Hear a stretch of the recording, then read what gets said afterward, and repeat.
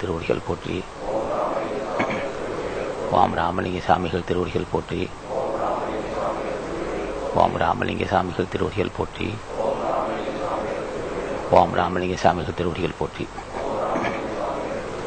அன்புள்ள பெரியோர்களே, தாய்மார்களே, வணக்கம். அன்பர் குணேசேகரன் அவர்கள் இருவர்கள் ஜீவகாருண்ய பகுதியில் ஜீவகாருண்ய உலகத்தில் முதல் பக்கத்தை மிக நிறுத்தி எல்லோருக்கும் புரியும்படி சொன்னார். மிக சிறந்த ஒரு மடப்படமா அவர் நீடு வாழ வேண்டும் என்று அகத்த ஆசான் ராமலிங்க சாமியை திருவடியை வணங்கி வேட்டி கொடுக்கிறேன்.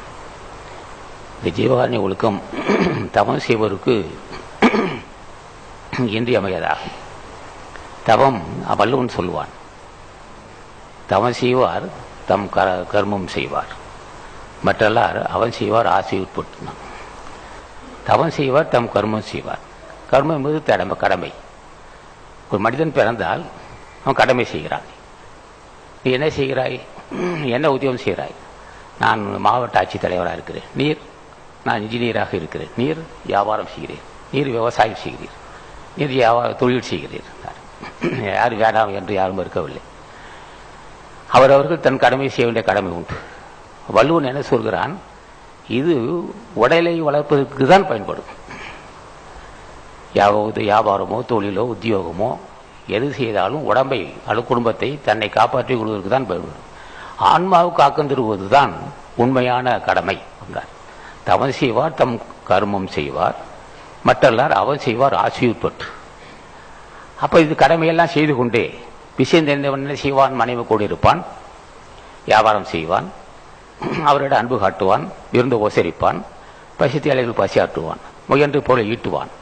ஈட்டி என்ன செய்வான்? காலை 4:05 மணிக்கு இருந்து காலை கடனை முடித்து விட்டு ஒரு திருவிளக்கேற்றி ஒரு வெந்நீர் துளையில் அமர்ந்து ஓம் அகத்தியர் திருவடிகளை போற்றி என்றோ, ஓம் ராமலிங்க சாமி திருவடியை போற்றி என்றோ, அது ஓம் திருமல தேவர் திருவடியை போற்றி என்றோ வணங்குவான், பூஜை செய்வான். மிகுந்து ஒரு அரை மணி நேரம் நாமத்தை சொல்லுவான். முதல் ஆரம்பத்தில் என்ன செய்வான்? தீபம் ஏற்றி உடனே சாஷ்டாங்கமாக விழுந்து வணங்குவான். ராமலிங்க சாமிகளே, நான் உமது திருவுருளை பெற்றுவிட வேண்டும், அடியனுக்கு ஞானம் சித்திக்க வேண்டும், அதுக்குரிய அறிவும் பரிபக்குவம் தந்தை என்னை ஏற்று அருள் செய்ய வேண்டும். முன்பு நான் ஏதோ பல ஜென்மங்கள் செய்த பாவங்கள் உன் திருவடியை பற்றுவதற்கு தடையாக இருந்தால் அந்த தடையை உடைத்து என் திருவடியை பற்றி என் ஜென்மத்தை கிடைத்திட்டு நீ அருள் செய்வேன்னு கேட்பான். அது அகத்தீஸ்வரா, நீங்களாம் நீரே உலகத்துக்கு முதுபெரும் தலைவன், ஞானிகள் வித்தியாசம் இல்லை, நீரே முதல் தலைவனும் முற்று பெற்ற முனிவனும் ஆகும். என்னை ஏற்று அருள் செய்ய வேண்டும், நாயினுக்கு அடியனாகி என்னை ஏற்று அருள் செய்து எனக்கும் ஜென்மத்தை கிடைத்திட்டு அருள் செய்வன் என்று வேண்டிக் கொள்வான். அடியனுக்கு உண்மை பொருள் தெரியவும், அடியன் தெளிவான அறிவு பெற்று உன் திருவருளை பெற்றிடவும் மரணமில்லா பெருவாள் பெறுவன் என்று கேட்பான். இப்படி கேட்டு ஓம் அகத்தியர் திருவடிகளை போற்றுகின்றோ, நந்தீச திருவடியை போற்றுகின்றோ, ஓம் கரூர் முனிவர் திருவடி போற்றுகின்றோ, ராமலிங்க சாமி திருவடியை போற்றுகின்றோ, திருஞான சம்பந்த திருவடி போற்றுகின்றோ சொல்வான். எதுக்கு அந்த பூஜை செய்யன்னு கேட்டான். தவம் செய்வார் தம் கர்மம் செய்வார். ஆசானை கேட்கிறான், பெருதற்கரிய மாடவரை பெற்று இருக்கிறேன், பெருதற்கரிய இந்த பிறவியை பெற்று காலம் உள்ள போதே உன் திருவுருளை பெற்று ஜென்மத்தை கடைத்தேற்றிக் கொள்ள வேண்டும். முதுமை வந்த போது என்ன செய்வாய்? முதுமை வந்து ஈழையில் தான் இருக்கும். மற்றவனை உதவி செய்ய மற்ற உதவி நாடி வேண்டி வரும்.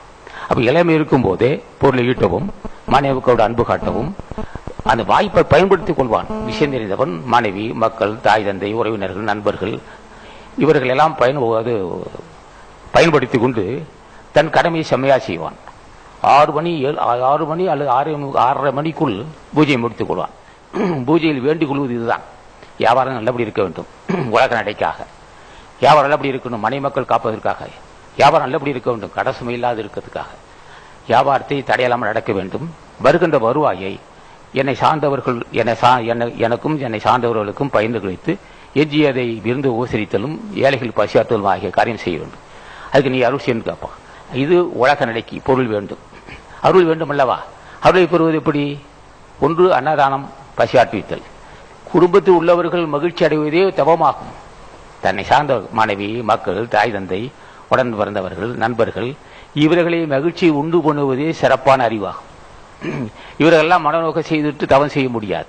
யாரும் தவத்துக்கு தடையாக இருக்க முடியாது.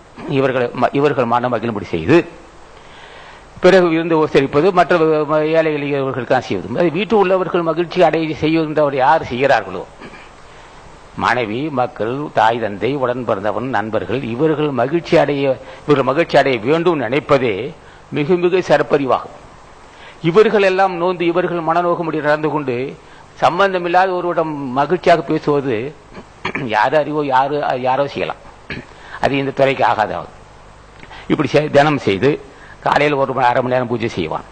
மாலையில் முடிந்தால் செய்யலாம். இல்லை என்றால் இரவு 12 மணிக்கு இருந்து கைகால் அனுப்பி விட்டு தீபம் வெட்டி உட்கார்ந்து நாமஜபம் செய்வான். அதே தான் கேட்கிறான். அடியனுக்கு ஞான சித்திக்க வேண்டும், அதுக்குரிய அறிவும் பரிபக்க வேண்டும். அடியனுக்கு ஞான சித்திக்க வேண்டும், அதுக்குரிய அறிவும் பரிபக்க வேண்டும். கேட்டே வருகிறான். பிற உயிர் வாழ்க்கிறான். கருணோடு நடந்து கொள்ள வேண்டும். நான் இன்னும் எனக்கு வன்மனம் உள்ளது, இன்னும் கோபம் இருக்கு, இந்த கோபத்திலிருந்து விடுபட வேண்டும், நீதான் அருசின்னு கேட்போம். இப்படி கேட்பது தான் தவம்.